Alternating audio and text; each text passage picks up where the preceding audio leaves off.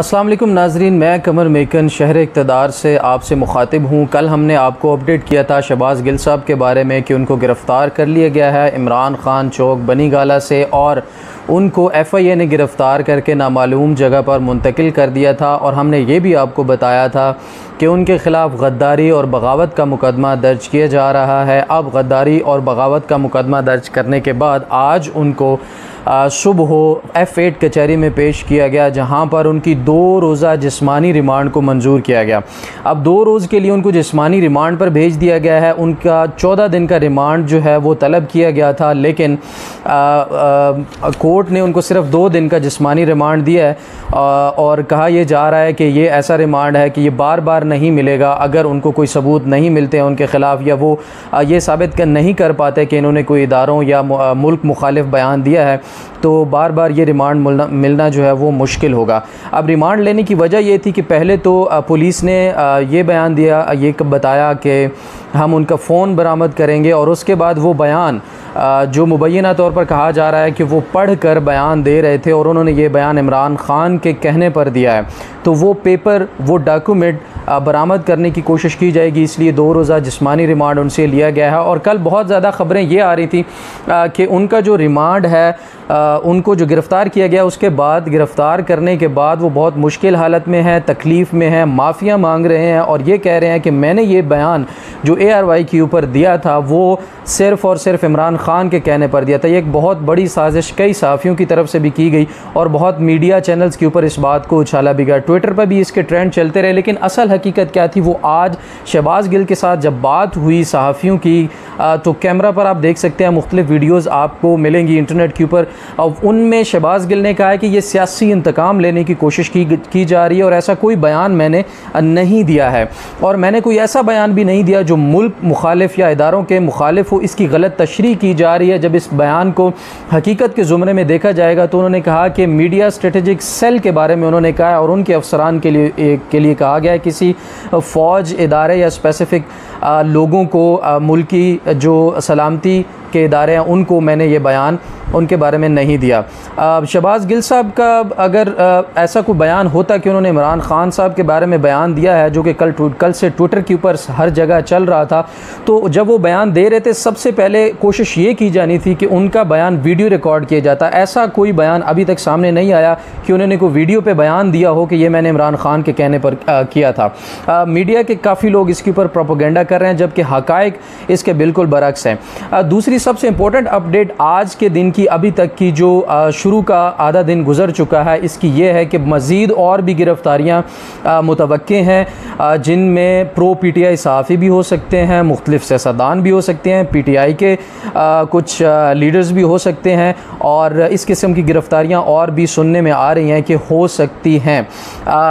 हुकूमत के हाथ से लगता है गेम निकलती जा रही है, और हुकूमत जो चीज़ें कर रही है उस सब को देखते हुए अब अंदाज़ा लगाया जा सकता है कि कितनी परेशानी और कितनी बेचैनी है। इस सब का जो मकसद है वो सिर्फ़ और सिर्फ इमरान खान को टारगेट करना है। आपने देखा होगा पिछले दिनों इलेक्शन कमीशन का जो फ़ैसला आया, उसमें भी एक सर्टिफिकेट को बहाना बनाकर एफिडेविट कहा गया, उसको कहा गया कि ये उन्होंने डिक्लेरेशन दी है, उन्होंने एफिडेविट दिया है। हालांकि वो एफिडेविट नहीं था, वो एक जस्ट सर्टिफिकेट था जो कि उनकी एक्नॉलेजमेंट को ज़ाहिर करता है। एफिडेविट होता है, हल्फी बयान होता है जो कि स्टैम्प पेपर के ऊपर दिया जाता है, लेकिन ये सिर्फ़ और सिर्फ सर्टिफिकेट था जो कि असद उमर साहब ने अपनी प्रेस कॉन्फ्रेंस में भी दिखाया था। वो मामला भी बिल्कुल ठप हो गया। इलेक्शन कमीशन के फ़ैसले के ऊपर काफ़ी कोशिश की गई कि इमरान खान को टारगेट करके, उनको नाअहल करके, उनको कम से कम सादिक और अमीन को जो लक़ब उनको मिला था, अदालतों ने दिया था, उससे उनको हटाया जाए या वो लक़ब उनसे छीन लिया जाए। अब परवेज़ इलाही साहब का एक बड़ा इंपॉर्टेंट बयान आया है, और एक और मैं ट्वीट का जिक्र करूँगा। सलीम साफ़ी साहब का एक ट्वीट आया, उसके बारे में बात करना बहुत अहम है। परवेज़ इलाही साहब का एक बयान बहुत अहमियत का हामिल है। यहाँ पर उन्होंने कहा है कि इमरान खान के इस्टेब्लिशमेंट के ताल्लुकात बेहतर हो रहे हैं। अब देखना यह है कि अगर इमरान खान के इस्टेब्लिशमेंट के साथ ताल्लुकात बेहतर हो रहे हैं, तो ये कार्रवाइयाँ कहीं हुकूमत उनके ताल्लुकात को ख़राब करने के लिए तो नहीं कर रही। अब और देखना यह भी है कि हुकूमत ये प्रेशर कब तक सस्टेन कर सकती है। कोशिश ये की जा रही है कि कहीं ना कहीं से पीटीआई की तरफ से कोई गलती की जाए, कोई ऐसा बयान दिया जाए, कोई ऐसी एक्टिविटी की जाए जिसको बहाना बनाकर मज़ीद पीटीआई के अरकान को गिरफ़्तार किया जाए और कोशिश की जाए कि इमरान ख़ान के ख़िलाफ़ कोई ऐसा सबूत बनाया जाए या मिल जाए जिसके तहत इमरान ख़ान की गिरफ़्तारी भी की जाए।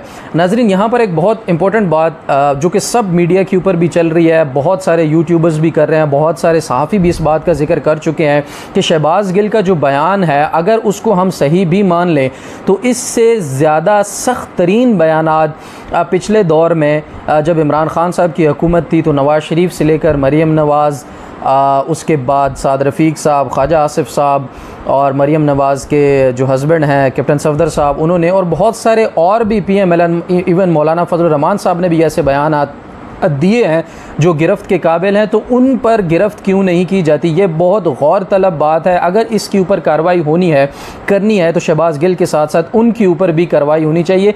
जबकि ट्विटर पर और सोशल मीडिया पर जो पाकिस्तान के नौजवान हैं, जो लोग हैं, जो सही समझते हैं इस बात को कि फ़ौज हमारी आंखों का तारा है, हम फ़ौज के लिए जान भी कुर्बान कर सकते हैं, तो जैसा बर्ताव शहबाज़ गिल के साथ किया जा रहा है वैसा ही फ़ौज और इदारों के ख़िलाफ़ बयान देने वाले हर उस शख्स के लिए किया जाना चाहिए। ये बहुत गौर तलब बात है। अब देखना यह है कि उनके बयानात के ऊपर हुकूमत या इदारे कब एक्शन लेते हैं, जो कि एक्शन लेना भी चाहिए। सारी की सारी चीज़ें अगर हम टोटल सिनेरियो में देखें तो कोर्ट के हालात जो थे वहाँ पर शहबाज़ गिल ने बात करते हुए ये भी बताया कि ये मेरे ख़िलाफ़ सियासी इंतकामी कार्रवाई की जा रही है। और उसके बाद जो तफ्तीशी अफसर थे उनसे जब सवाल किया गया तो उन्होंने कहा कि हमें 2 दिन का रिमांड मिला है, हम मोबाइल और वो पेज या वो तहरीर जो है वो हम ढूंढने की कोशिश करेंगे जिससे पढ़कर ये जो है बयान वो दिया गया।